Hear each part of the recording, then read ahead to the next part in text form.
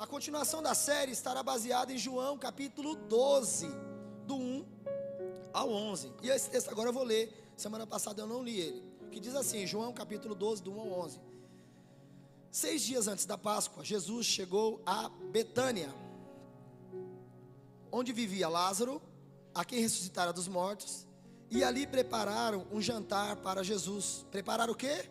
Um jantar, uma mesa.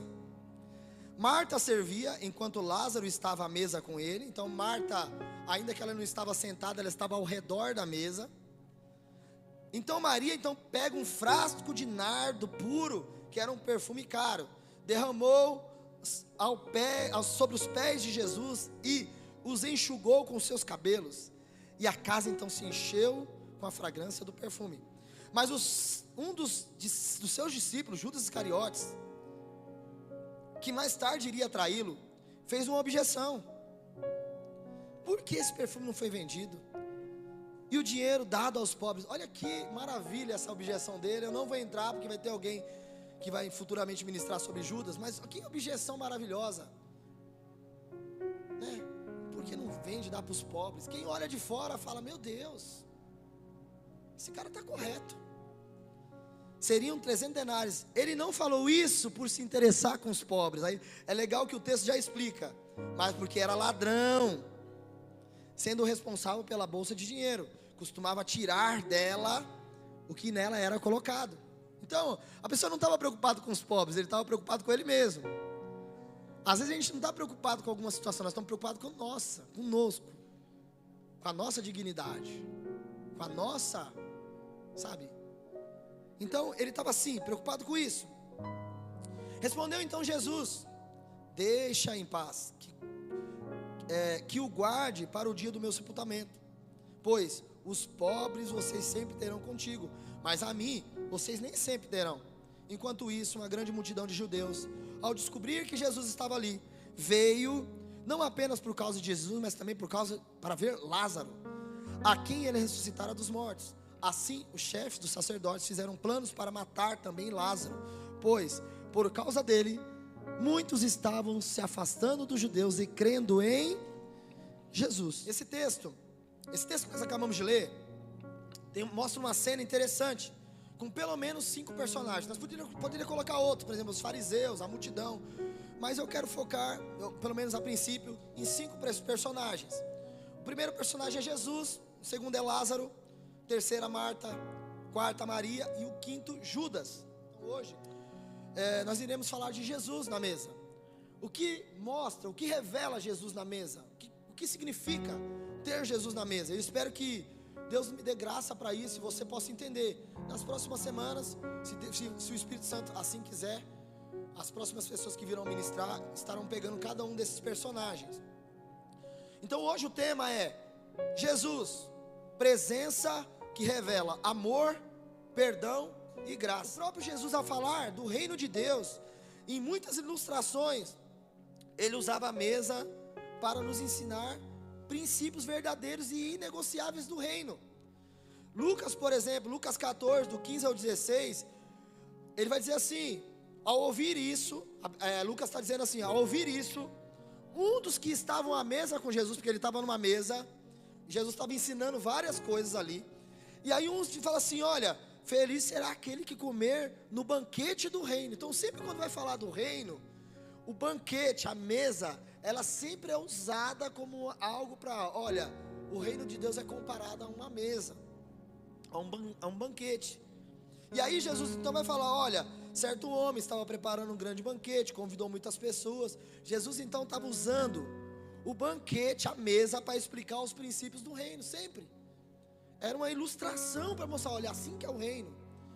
Em Mateus 22, por exemplo, do 1 ao 14, não vai ser lido, mas fala das bodas e de como Deus vai tratar aqueles, que eu tenho ministrado nos últimos cultos aqui, falando, não sente na mesa de qualquer forma, valorize a oportunidade de estar na mesa, não vista qualquer roupa, porque Jesus usa a mesa para explicar, olha, o reino de Deus é semelhante a um homem que faz um banquete, e daqui a pouco o homem vai passar na mesa e vai perguntar, por que você está vestido dessa forma? Então Jesus sempre está usando a mesa é um lugar de honra, onde muitos são chamados, mas poucos escolhidos, porque é na mesa que os corações são revelados. É na mesa que tem o ensino, e na hora do ensino a pessoa decide se ela vai ou não vai. Isso aqui hoje é uma grande mesa. Isso aqui é uma grande mesa hoje. Deus está aqui no nosso meio e é uma mesa. E você tem que decidir no final: que roupa você vai estar vestido? Você vai ser alguém chamado e escolhido, ou você vai ser alguém chamado e rejeitado? Apocalipse 19 vai terminar, lá em Apocalipse 19, com a ceia das bodas do Cordeiro. Então lá em Apocalipse, qual que é a representação do céu? Uma grande ceia. E Apocalipse 19, do 17 ao 18, a ceia do grande Deus. Então lá tem duas mesas. Nós, infelizmente, perdemos muito a referência do que é mesa, devido à modernidade e à nossa cultura.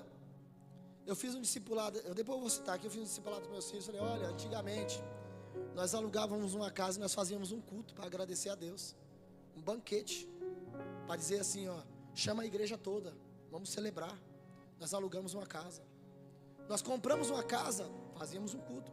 Nascia uma criança, vamos fazer um culto de ação de graças, e mesa, e o irmão levava bolo, e o outro levava não sei o que, e os pais ajudavam, porque era para celebrar. Hoje em dia as pessoas fazem o quê?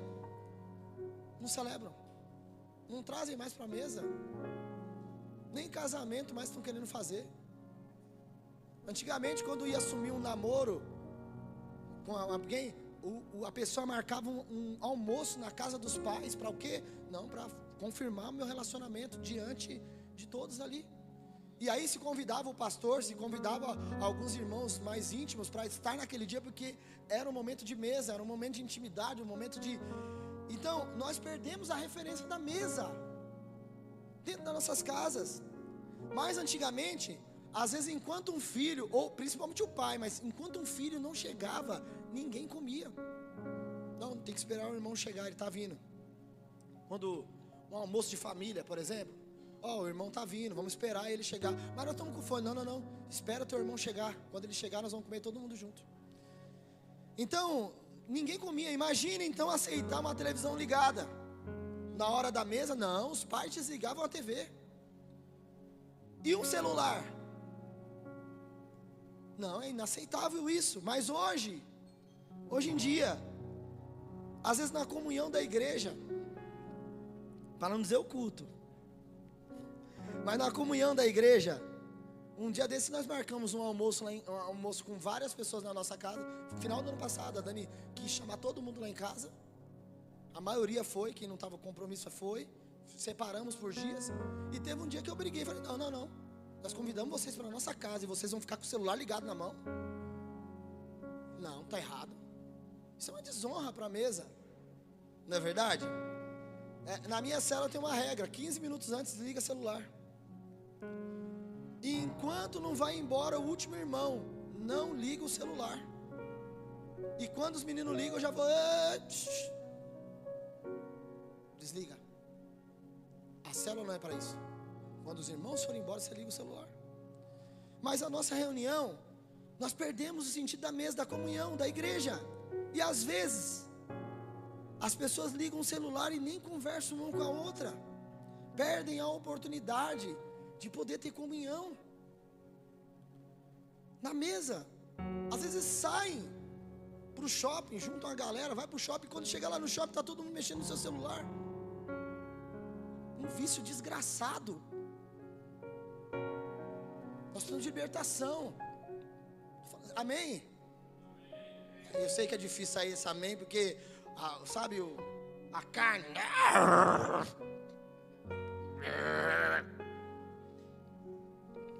já grita. Eu falei que é a carne, não falei que você está endemoniado. Eu falei que é a carne, já grita. Porque demônio é fácil. Demônio você vai lá, chega assim e fala: sai em nome de Jesus. Mas a carne, cara, você pode falar com a pessoa uma vez, duas vezes, mostrar para ela, explicar para ela, reexplicar, e a carne é teimosa. Mas isso não acontece na célula de vocês, em nome de Jesus, né? Tem coisas, irmãos, que nós precisamos preservar. Por isso que, você quer ver um exemplo? Eu brigo lá em casa para isso. Você quer meu exemplo? O dia da família. Por que nós estamos a cada semana falando, pessoal, você precisa fazer, faz. É muito importante você fazer o dia da família. Porque é um momento de mesa. É um momento de mesa, de sentar na frente da sua esposa e você, sacerdote, ministrar a sua esposa. Falar, isso diz a palavra e nós vamos viver isso aqui. Para a cultura judaica, sentar na mesa, ela tinha um simbolismo especial. E Jesus, ele está imerso nessa cultura. Por isso que ele está fazendo discipulado e sentando na mesa. Porque ele estava imerso nisso. Tinha um simbolismo especial. Sentar na mesa simbolizava comunhão, simbolizava união, simbolizava pacto. Quando eles iam fechar pactos, eles sentavam na mesa, o próprio Deus. Eu falei de Abraão no capítulo 18. O Senhor janta com Abraão, selando um pacto. A mesa, ela fortalecia as amizades. A mesa era um momento de gratidão e pertencimento. Eu faço parte de algo maior. Eu tenho uma família. Eu sei o que eu faço parte. A mesa é um lugar de ensino e discipulado. Lugar de ensino e discipulado. Eu quero declarar sobre a tua vida, você que está fazendo o dia da família. Você vai viver experiências tremendas na mesa da tua casa, que vai marcar os seus filhos, vai marcar a sua esposa de maneira tremenda. Então Deus, Ele quer fazer parte da nossa vida em família. Deus quer, deseja essa experiência da sua presença palpável em nosso meio. Isso vai acontecer se você, só que é todo dia da família que é assim? Não. Mas você vai fazendo, daqui a pouco um dia o céu desce. Aí você vai fazendo, daqui a pouco o céu desce de novo. Talvez daqui a pouco, com 2 dias já desce de novo. Daqui a pouco, todo dia da família, o céu vai descer. Só que se você não começar, não vai acontecer. Nós precisamos atrair a presença de Deus para a nossa mesa. Quando a presença de Deus é revelada na mesa, a mesa traz cura, a mesa traz restauração, traz conforto, traz confronto.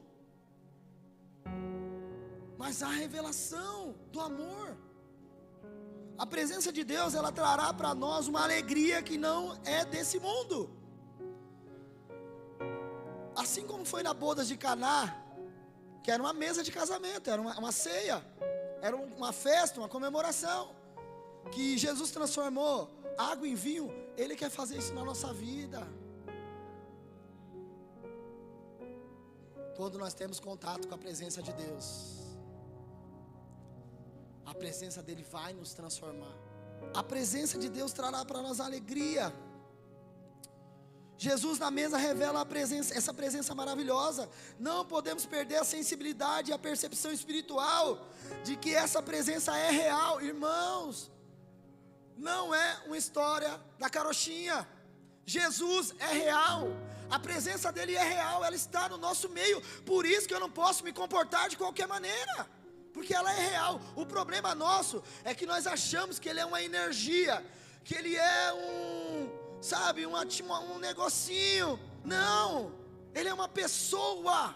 O Espírito Santo é uma pessoa, e ele está no nosso meio, ele é real.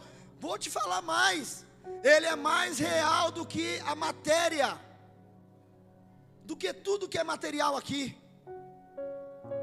É só por causa dele que tudo isso existe, porque nele foram feitas todas as coisas. Ele é mais real do que isso aqui. É que nossa mente limitada, nossa incredulidade não consegue perceber isso. Por isso que nós precisamos cada vez mais mergulharmos e nos acostumarmos a sentir essa presença, porque aí quando você entrar no local, que a presença dele está ali. Quando você estiver caminhando, e aí você liga um louvor dentro do carro, você vai sentir a presença dele ali, porque ele é real. Quando isso se tornar para nós real, quando a gente sentar para almoçar e ministrar a nossa família, nós vamos saber, ele está aqui, a presença dele está aqui, e aí o ambiente muda. A revelação do Evangelho é essa.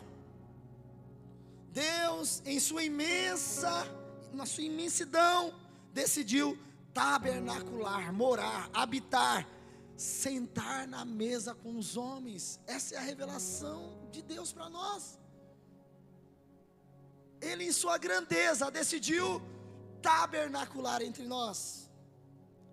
A presença na mesa nos traz revelações, e é por isso que nós precisamos atraí-los, gerar comunhão a cada dia, a cada tempo. Quando eu atraio essa presença para a mesa, o que então me é revelado? E aqui, além saber, de ter essa revelação da presença, o que isso acontece quando ele está na mesa? E eu sei disso. A mesa nos traz revelação da presença. Jesus na mesa nos revela também algumas coisas. Primeiro, como eu queria ter recebido essa palavra alguns anos atrás.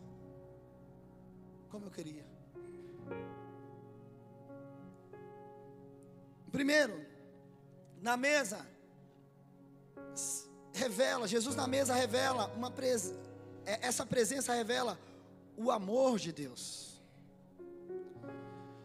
Estou parecendo o pastor Paulo aqui, né, pastor Marcelo? Ó, vou colocar a mão na cara. João 3,16, 17 vai dizer assim: porque Deus tanto amou o mundo, que deu seu Filho unigênito, para que todo aquele que nele crê não pereça, mas tenha a vida eterna. Pois Deus enviou seu Filho ao mundo, não para condenar o mundo, mas para que esse fosse salvo por ele.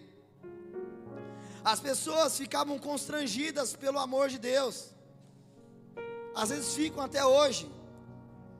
Quando o amor de Deus é revelado, isso causa às vezes indignação. Irmãos, qual era o questionamento dos fariseus? Quando o amor de Deus era revelado às pessoas. Se ele soubesse que aquilo ali é um pecador. Está sentando com uma prostituta. Está na casa de um publicano. As pessoas não entendem o amor de Deus, principalmente os fariseus. O fariseu é aquele que conhece, mas que não vive nada,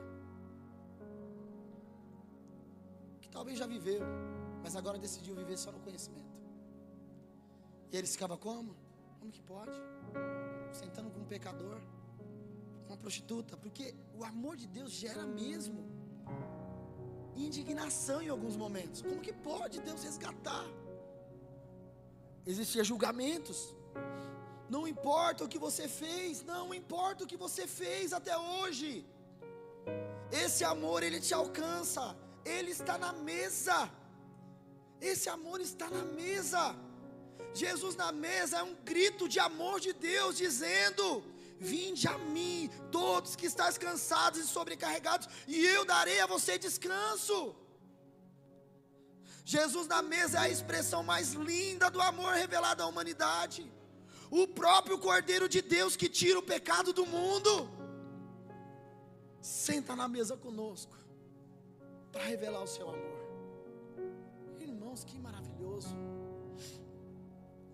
Segundo, então primeiro revela o amor de Deus. Jesus está na mesa, revela o amor dele. Segundo, Jesus na mesa revela o perdão incondicional de Deus. Pastor, eu sei que vai parecer repetitivo, porque só consegue perdoar quem ama. Mas perdoar é uma decisão. Eu preciso decidir perdoar. Diante de toda a mesa que Jesus esteve, aqueles que demonstraram arrependimento dos seus pecados, Ele liberou perdão. Jesus é a expressão na mesa do perdão de Deus. Por isso que nós podemos cantar aquele louvor aqui na igreja. Na verdade faz tempo que não canta. Fala assim, ó: eu só tinha os meus pecados para te oferecer, mas mesmo assim me amou, mas mesmo assim me amou. Por que nós podemos cantar isso? Porque é uma verdade. O que nós tínhamos a oferecer para Ele? Só tínhamos nossos pecados. Só tínhamos nossos pecados. E mesmo assim Ele nos amou.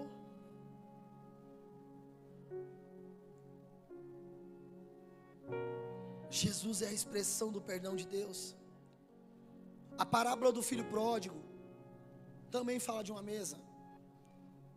E talvez seja um dos maiores modelos de como arrependimento, grava essa palavra, arrependimento nos leva ao perdão. Abrindo aspas, antes eu escutei uma frase que para mim fez todo sentido essa semana. Acho que ontem ou foi hoje de manhã, enquanto eu estava fazendo isso aqui. Estava escutando um pastor dizendo, ele falou assim, olha, a salvação, olha que tremendo. Quando ele falou isso, eu falei, opa, já de Bereano, Daniel, já levantei as anteninhas de vinil. Falei, opa, agora vai sair uma heresia aí. Ele falou assim, a salvação não exige de nós obediência. Rapaz, quando ele falou isso, as minhas anteninhas de vinil levantou. E eu falei, já vem a besteira. A salvação não exige de nós obediência. A salvação exige de nós arrependimento. Qual foi a mensagem de Jesus a começar? Arrependei-vos, pois é chegado o reino dos céus. Só que qual é o fruto do arrependimento? Obediência. Só uma pessoa que obedece, que se arrependeu verdadeiramente, vai mostrar obediência a Deus. Então, se uma pessoa não obedece a Deus, você precisa nascer de novo. Nicodemos, você tem que nascer de novo. Você conhece muito, mas você não se arrepende, você tem que nascer de novo. Olha só, é o mesmo exemplo do seguinte: a gente faz boas obras para sermos salvos? A gente faz boas obras para sermos salvos? Não. Então por que a gente faz boas obras? Porque somos salvos. Eu sou salvo, então eu vou fazer boas obras. Você está garantindo o seu lugar no céu? Não, não, não. Eu já me arrependi dos meus pecados. O Espírito Santo mora em mim. E por que você faz então? Porque você não vai morar no céu? Não, não, não, eu faço porque a minha cultura agora é de boas obras. Isso muda tudo. Por que a gente levantou a cesta? Vamos levantar uma cesta para ver se nós conseguimos garantir lá um lugarzinho no céu para nós. Não.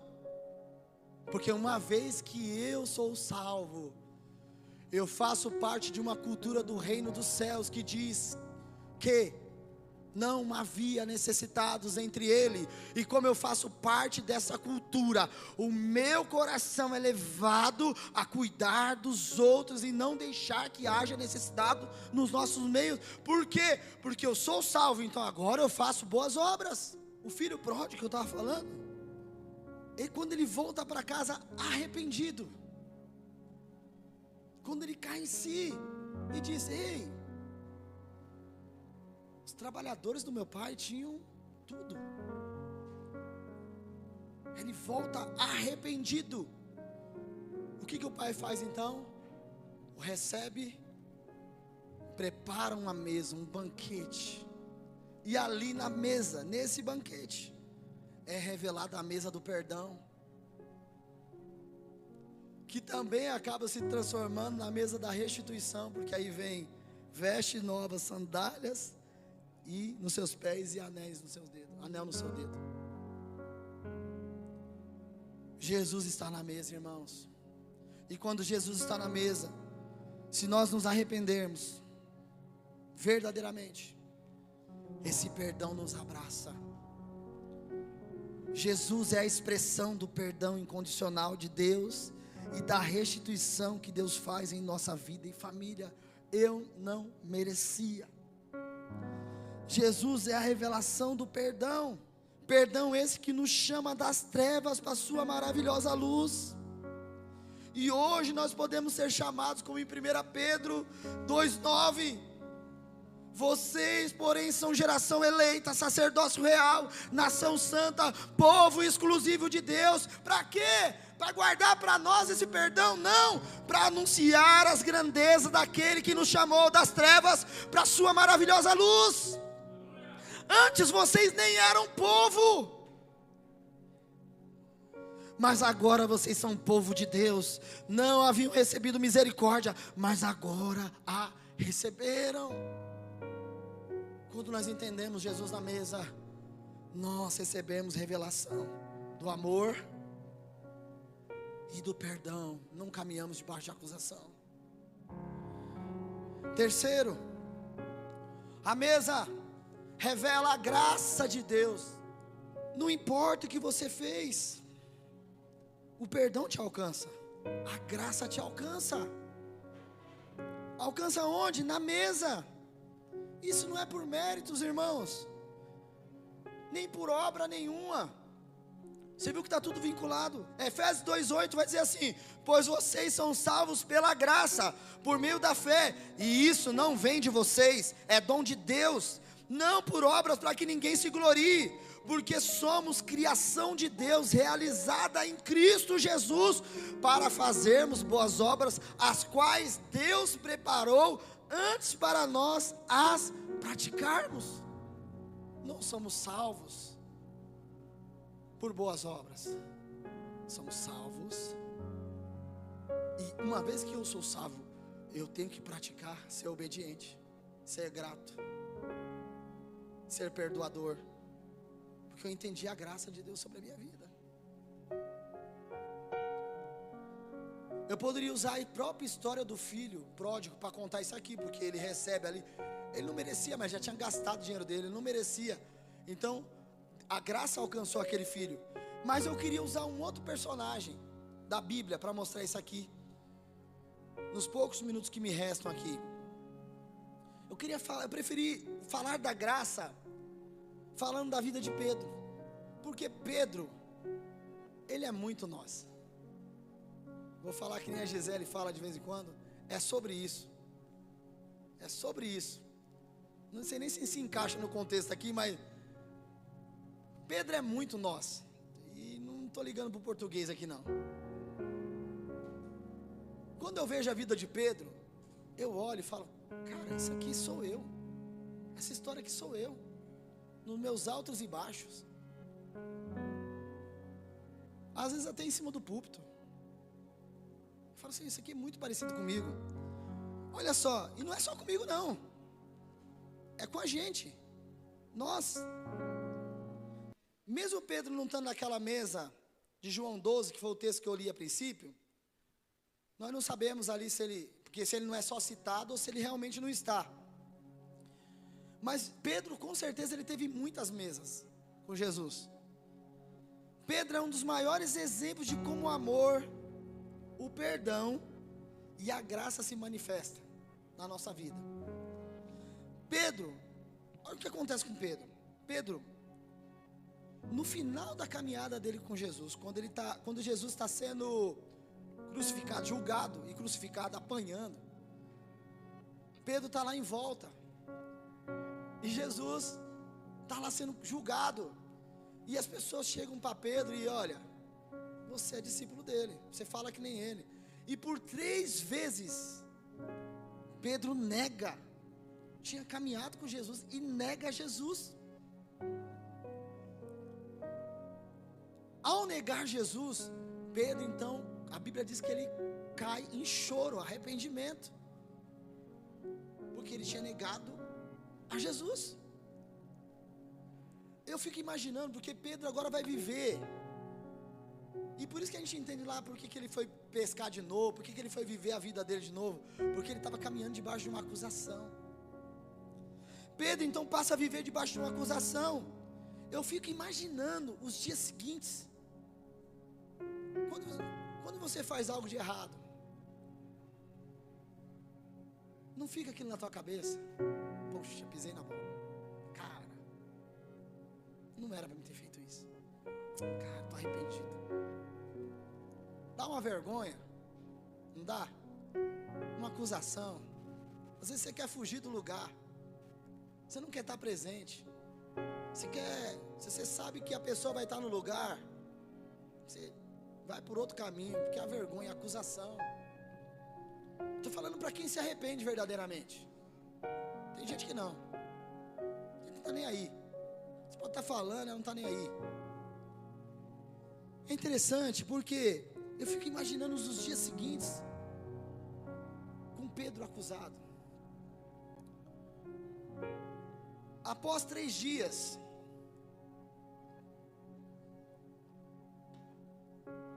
as mulheres vão lá no túmulo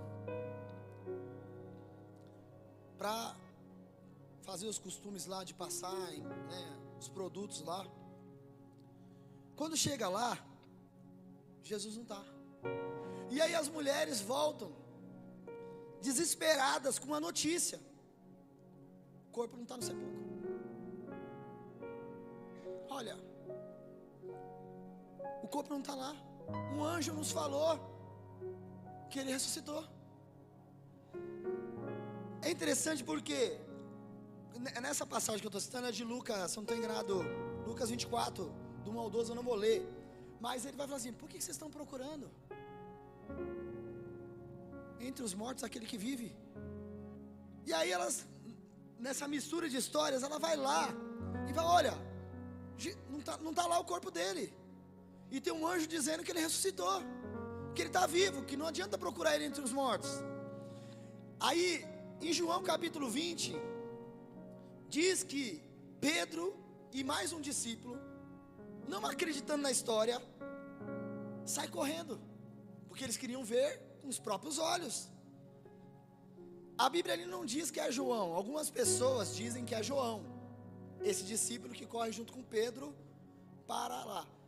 Não tem nenhum problema.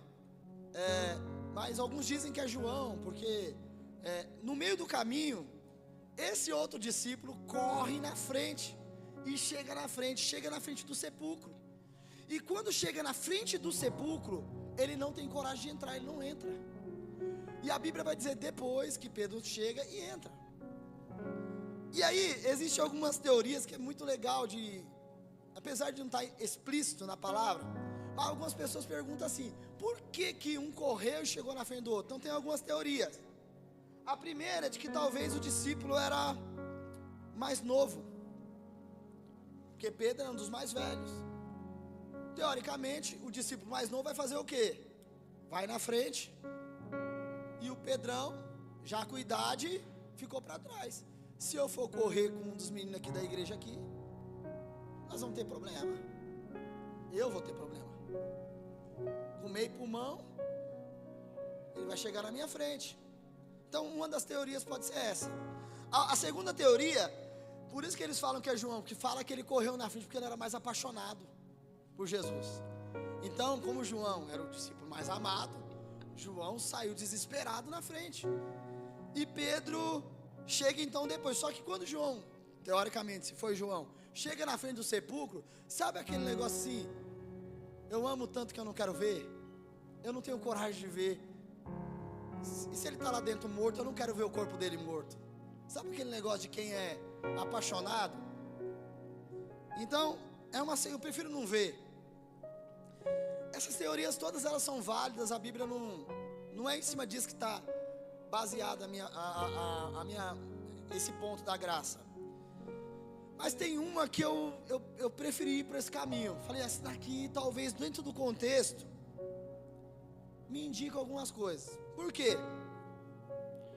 Eu fico imaginando os dois saindo correndo, Pedro e esse discípulo que eu não sei quem é, pode chamar de João. Só que no decorrer do caminho, agora tem um problema para Pedro. Eu neguei ele 3 vezes. Se ele estiver vivo, e aí Pedro sai empolgado para se encontrar. Só que agora no meio do caminho ele começa a pensar e diminuir o passo. Fala, e agora? Eu vou ter que me encontrar com ele. Eu vou ter que olhar nos olhos dele, daquele que eu falei que não conhecia, daquele que eu falei que não era discípulo. E eu fico imaginando Pedro acusado indo para esse encontro, e aí o outro discípulo vai na frente. E agora, quando Pedro chega lá na frente do sepulcro, o discípulo está do lado de fora e fala assim: eu não tenho coragem de olhar. E Pedro fala: e agora? Eu vou ter que vencer a minha acusação. A Bíblia diz que Pedro então entra dentro do sepulcro. Chegando lá, encontra as faixas, encontra o lençol, mas não encontra Jesus. Se fosse só esse relato de Lucas, já seria tremendo demais. Só que a Bíblia, irmãos, ela é feita pelo autor da vida, e ela é maravilhosa. Em Marcos 16, vai ter um outro trecho da história que não foi contada por Lucas. Por isso que você tem que ir num texto, e em outro, e você vai montando a história e fala: meu Deus, que revelação tremenda. Porque em Marcos capítulo 16, esse eu quero ler com vocês. Quando terminou o sábado, Maria Madalena, Salomé e Maria, mãe de Tiago, compraram especiarias aromáticas para ungir o corpo de Jesus.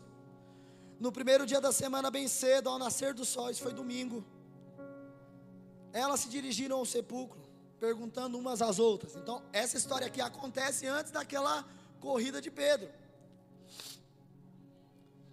Só que Pedro não acredita no que está acontecendo.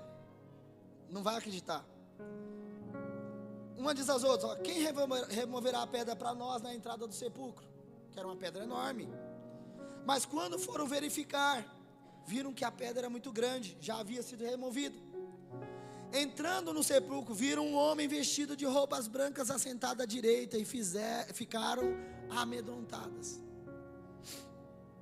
E ele disse: não tenha medo. Disse ele: vocês estão procurando Jesus do Nazareno, que foi crucificado, e ele ressuscitou. O anjo está dizendo assim: ei, ele ressuscitou, ele não está aqui. Veja um lugar onde eu havia um posto. E aí vem a revelação da graça na vida de Pedro. Versículo 7: vão e digam aos discípulos dele. O anjo está falando assim: ei, vocês três que estão aqui, eu tenho um recado para vocês. Jesus ressuscitou, ele não está mais morto, e eu quero dar um recado para vocês. Vá até os discípulos dele e a Pedro. Pedro está acusado, Pedro está com medo porque ele negou. Pedro está achando que eu não amo mais ele, mas o meu Senhor me deu uma mensagem para entregar para Pedro. Dize aos discípulos e a Pedro: ele está indo adiante de vocês para Galileia, lá vocês o verão, como ele disse a vocês.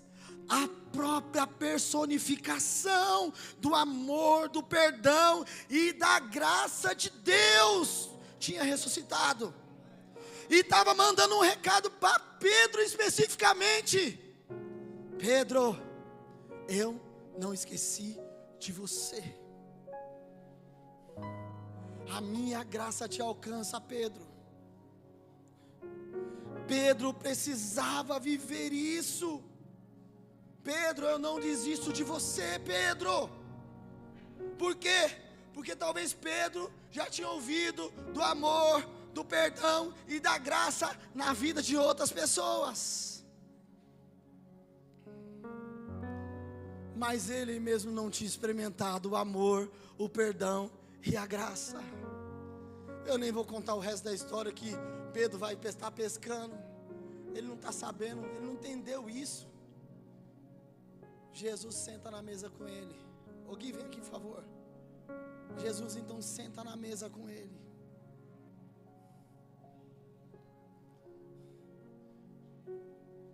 Olha a mesa aí, da graça. Jesus parte o pão, pega o peixe.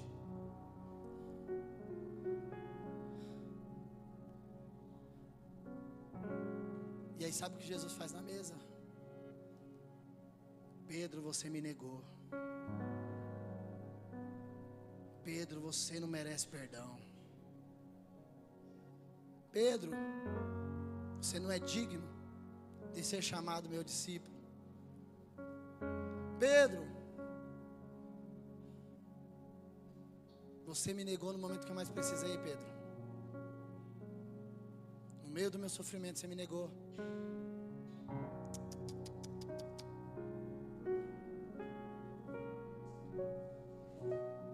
A graça silenciosa de Jesus, cara, alcançou Pedro. Não teve acusação.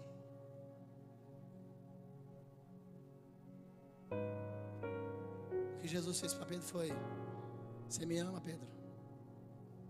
Cuida dos meus cordeirinhos. Esquece o que passou, Pedro. Você me ama? Deixa o passado para trás, Pedro. Cuida das minhas ovelhas. Você me ama, Pedro?